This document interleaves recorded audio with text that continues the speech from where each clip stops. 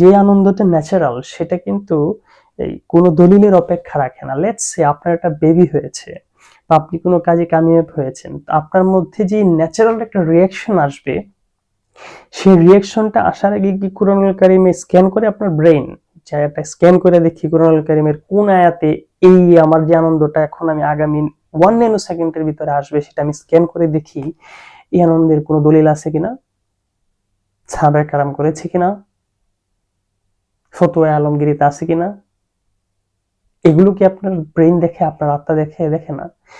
তো এই যে আপনার ইনার স্পেস থেকে যেই মানে আপনার এক্সপ্রেশনটা আসে, দ্যাট ইজ ইউ।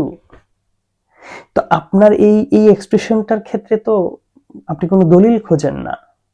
তাহলে আপনার একটা শিশু হোক, আপনার যত কামিয়াবি হোক, সকল কামিয়াবির উৎস, সকল রহমতের উৎস কে?